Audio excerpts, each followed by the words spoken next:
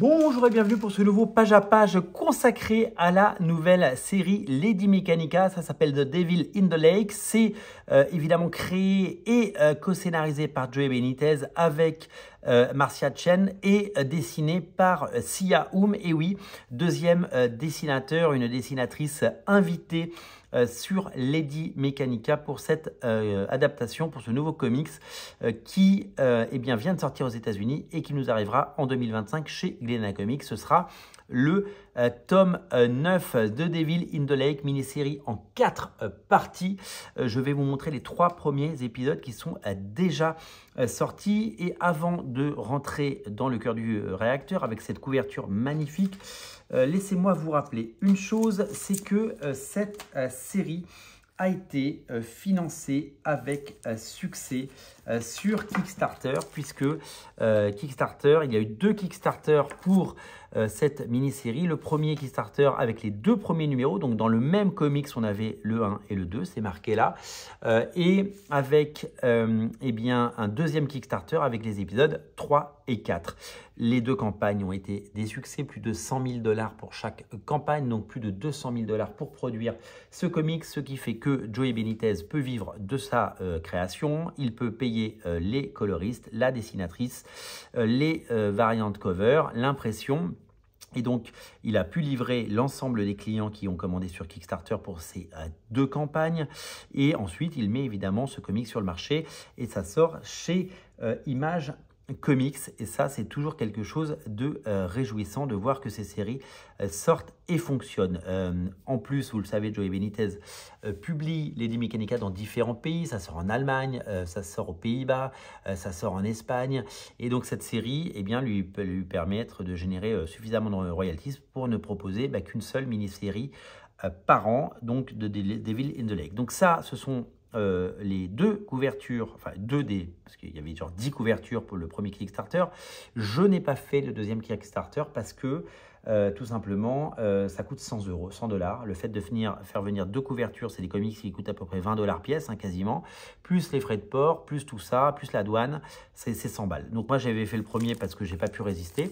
Du coup, je n'ai pas fait le deuxième. Ce que j'ai fait, c'est aussi acheter le premier numéro dans une version exclusive sur le site de Joey Benitez et vendu à la San Diego Comic Con. Il y en avait que 500. C'est signé par Joey Benitez.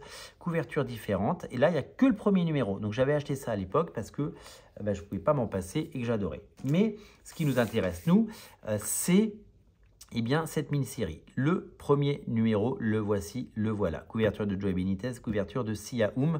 Ça, c'est la version Image Comics. Quand on regarde la version de San Diego, il n'y a pas le logo Image Comics. Quand on regarde la version Kickstarter, il n'y a pas le logo Image Comics. Ça, c'est produit par Joey Benitez Productions.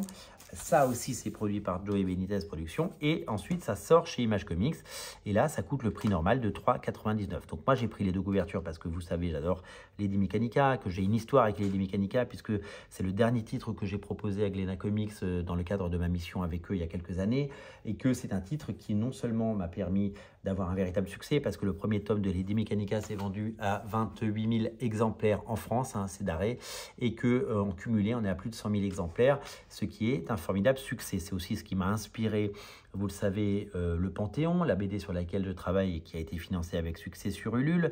Et c'est aussi une série que j'affectionne particulièrement pour ses qualités graphiques et pour tout l'univers que ça représente, que je suis depuis plus de 10 ans maintenant, parce qu'on a célébré les 10 ans de Lady Mechanika. Donc je suis super fan. Donc je vous rappelle que le 4e numéro aux États-Unis va sortir en décembre et que parce que je suis toujours en relation avec Glénat pour évidemment les prochaines éditions.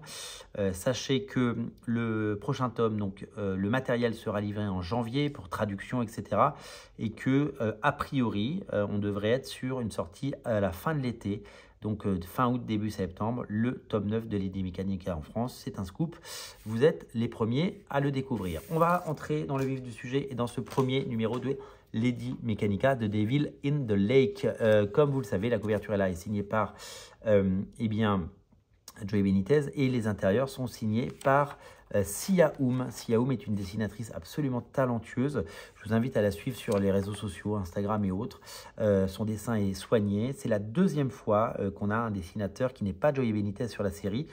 puisqu'il avait déjà évidemment confié les rênes à un autre auteur. Alors, vous savez qu'il a, pendant très longtemps, ces séries, il m'en a parlé quand la dernière fois qu'il est venu en France, il y a, pas la dernière fois, la fois d'avant, donc il y a quoi, 3-4 ans, il avait déjà ses auteurs en ligne de mire, et donc il a pris le temps de le faire et de le faire bien.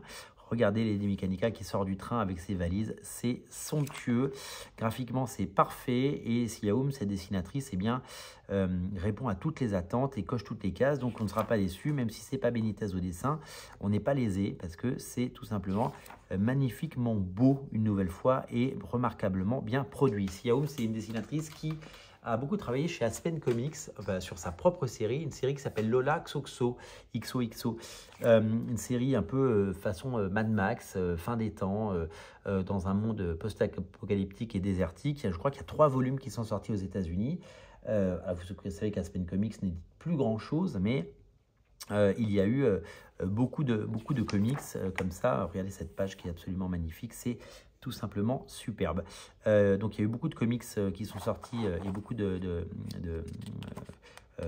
qu'est-ce que j'étais en train de dire? Je ne sais plus, je me suis coupé moi-même la parole. Enfin bon, voilà, tout ça pour dire que c'est très joli et que chez Aspen Comics, il ne sort plus grand-chose, mais si vous pouvez encore trouver les TPB, c'est jamais sorti en France. Peut-être qu'un jour ça sortira en France. Eh bien, on sera là pour découvrir tout ça et on sera là pour en parler. Donc voilà, donc graphiquement c'est très très beau. À la fin de l'épisode, elle se fait attaquer par un tigre des neiges et elle tombe dans un ravin et c'est à suivre. Publicité pour le numéro 2 dont on va parler tout de suite. Publicité pour la nouvelle série Witchblade dont on a déjà parlé sur Radio Comics dans un page à page. Une nouvelle série de Kevin Eastman qui s'appelle Drawing Blood et les crédits avec l'ensemble des séries prévu bien sûr. Donc le premier numéro, le voici, le voilà. Je vais maintenant vous montrer le deuxième numéro de la même façon avec ces 2 couvertures, couverture de Joey Benitez et couverture de Sia-Hum, même punition, c'est toujours aussi beau et c'est toujours aussi chouette. Nous avons donc Lady Mechanika qui est tombée de son ravin et qui visiblement s'est fait un petit peu mal, qui est allongée, et nous avons une vision d'enfer qui est là, et elle se fait réveiller par la Reine des Neiges, et visiblement ce qui ressemble être, c'est Olaf, clairement, c'est lui, on peut le reconnaître. C'est évidemment sa plus belle représentation. Elle se réveille et elle est accueillie donc par des personnes, donc elle va devoir essayer de se sortir de ce guêpier et de nouvelles menaces qui vont venir l'agresser. J'adore absolument ce dessin et c'est tout simplement sublime et vraiment c'est très très chouette de voir. Là on est retour à Mechanica City. Voilà, les personnages sont très très chouettes, graphiquement c'est parfait. Sia-Hum est une artiste géniale et vraiment je me régale. J'ai hâte d'avoir le 4 parce qu'en fait j'avais vu et lu le 1 et 2 parce que j'avais fait le Kickstarter, mais quand le 3 est sorti, j'ai découvert des nouvelles pages et vraiment, je vais vous les montrer juste après. Elles sont vraiment superbes. C'est toujours de la haute tenue, c'est toujours de la haute volée, c'est toujours très très beau. Et là, oh là là, dans le lac, il y a une créature de Devil in the Lake. Mais oui, et donc elle va mettre son scaphandre visiblement dans ce qui sera l'épisode 3. Une publicité pour Under York qui était déjà sortie chez nous et qui sort enfin aux États-Unis. Une publicité pour la série de Kevin Eastman, une publicité pour Witchblade, comme on a dit, et ce qui nous amène au numéro 3, troisième épisode avec couverture de Joey Benitez, couverture de Sia-Hum, très très belle couverture de Sia-Hum, très très belle couverture de Joe Benitez. Le troisième épisode, donc avec évidemment donc cette équipée qui va aller au bord du lac avec cette combinaison qu'on a vue dans la couverture. Et évidemment, une menace qui s'annonce épique. J'aime évidemment dans Lady Mechanika le côté steampunk. Je trouve que parfois ça peut manquer de machines et là on est gâté. Et ça peut manquer aussi de décor steampunk. Là, évidemment, on est dans le Grand Nord et il fait bien froid. Et donc il n'y a pas de machine steampunk plus que ça parce que c'est un bateau, voilà, c'est des rames, etc. Mais j'aime quand il y a de la mécanique steampunk. Et voilà, quand on voit les Mechanica City, je trouve que c'est toujours très chouette, voilà. Donc graphiquement, c'est toujours aussi sympatoche.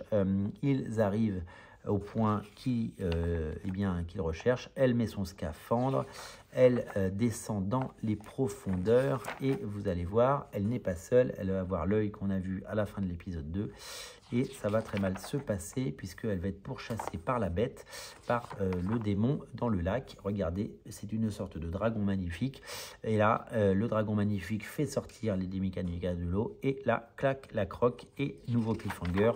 C'est à suivre, la couverture du 4 avec de Siaoum est superbe. Une publicité pour Ain't No Grave qui sort chez Urban en 2025 de Scotty Young et Jorge Corona. Une publicité pour Violent Flowers de Maria Lowlett qui est disponible maintenant. The Moon Following Us de Daniel Warren Johnson et Riley Rossmo. The Last Mermaid de Derek Kirk Kim. Voilà pour ces séries et on aura donc la couverture. On a eu la couverture du 4 et on aura le 4 très bientôt, mais je tenais à vous montrer ces Lady Mechanika. Je tenais à vous montrer ces magnifiques couvertures et ce qui vous attend en 2025 chez Glénat Comics. Vous savez qu'il n'y a plus de titres chez Glénat Comics, mais qu'il y a des titres de qualité et Lady Mechanika en est un. Voilà, merci d'avoir suivi ce page à page. Vous pouvez vous abonner à la chaîne pour n'en rater aucun. Moi, je vous dis à très bientôt et on se retrouve très très vite pour continuer à parler comics et continuer à vous montrer des jolis comics en VO, des jolis comics en VF, des jolis omnibus et plein d'autres choses. Je vous dis à très très vite. Salut.